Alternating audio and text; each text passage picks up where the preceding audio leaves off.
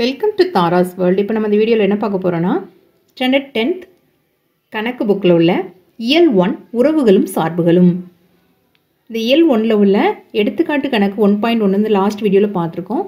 இப்போ நம்ம இந்த வீடியோவில் என்ன பார்க்க போகிறோன்னா, எடுத்துக்காட்டு கணக்கு 1.2 பார்க்க போகிறோம். ஸ்டாண்டர்ட் 10th கணக்கு புத்தகத்தில் உள்ள இயல் 1 உறவுகளும் சார்புகளும். இந்த இயல் 1ல் உள்ள எடுத்துக்காட்டு கணக்கு 1.2 தான் பார்க்க போகிறோம். ஃபஸ்ட்டு கணக்கு ரீட் பண்ணுறேன். A cross B is equal to கணம் 3,2, 3,4, 5,2, 5,4 எனில் A மற்றும் B ஐ காண்க. A cross B யோட கணம் கொடுத்துருக்காங்க. இதுலேருந்து ஏங்கிற கணத்தையும் பிங்கிற கணத்தையும் வந்து கண்டுபிடிக்க சொல்லியிருக்காங்க. இது ரொம்ப ஈஸியானது. நம்ம 1.1ல் வந்து A cross B, B cross A அப்படிலாம் கண்டுபிடிச்சோம். அதான் கார்ட்டீசியன் பெருக்கல் கண்டுபிடிச்சோம். இப்போ கார்ட்டீசியன் பெருக்கல் கொடுத்துருக்காங்க. கார்ட்டீசியன் பெருக்கலுக்குள்ள கணம் கொடுத்துருக்காங்க.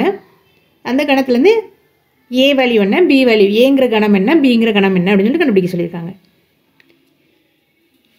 இதில் ஃபஸ்ட்டு ஏ தானே கொடுத்துருக்காங்க. அப்போது இந்த ஃபஸ்ட்டு நம்பர்ஸ் எல்லாமே ஏ கணத்தை குறிக்கக்கூடியது. ஓகே, ரெண்டாவது இருக்கிறது பி. சப்போ ரெண்டாவது இருக்கக்கூடிய நம்பர்ஸ் எல்லாமே பிங்கிற கணத்தை குறிக்கக்கூடியது. சப்போ ஏங்கிற கணத்தை குறிக்கக்கூடியது ஃபஸ்ட் நம்பர்ஸ். அப்படி தான் நான் ஃபஸ்ட் எடுத்து எழுதிக்கோங்க. கொடுத்துருக்கத ஏ கிராஸ் தீர்வு அப்படின்னு சொல்லிட்டு போட்டுட்டு ஆன்சர் வந்து எழுத ஆரம்பிக்கணும். Okay, A cross B is equal to கணம் 3,2, 3,4, 5,2, 5,4. ஸோ இப்போ ஏங்கிற கணம் எடுத்து எழுதுவோமா? ஏங்கிற கணம் எடுத்து எழுதுனீங்கன்னா, அதாவது ஒரு நம்பரை வந்து ஒரு டைம் தான் எழுதணும் கணத்துக்குள்ளே. ஓகே, கமா போட்டு நம்ம எழுதும்போது ஒரு நம்பரை ஒன் டைம் தான் எழுதணும். இப்போ 3 எடுத்து எழுதிக்கோங்க.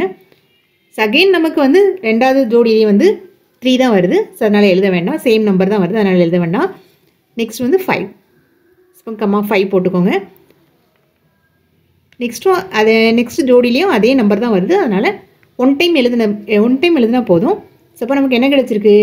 3,5 அப்படின்னு சொல்லிட்டு கிடச்சிருக்கு. ஸோ அப்போ ஏங்கிற கணம் வந்து 3,5. நெக்ஸ்ட் பிங்கிற கணம் எழுதுவோமா? பி இஸ் ஈக்குவல் டு கணம் பி வந்து செகண்ட் இருக்குது, அதனால் செகண்ட்குள்ள நம்பர்லாம் பி கணத்துக்குள்ளது. அப்போ 2. நெக்ஸ்ட் வந்து இதில் வந்து செகண்ட் நம்பர் என்ன? 4, 2,4. செகண்ட் 2 இருக்குது. 2 ஏற்கனவே நம்ம எழுதிட்டோம், அதனால் எழுத வேண்டாம். ரிப்பீட் பண்ணக்கூடாது நம்பர்ஸ். ஓகே, ஒன் டைம் தான் எழுதணும். நெக்ஸ்ட் வந்து 4ம் எழுதிட்டோம். ஸோ அதனால் எழுத வேண்டாம்.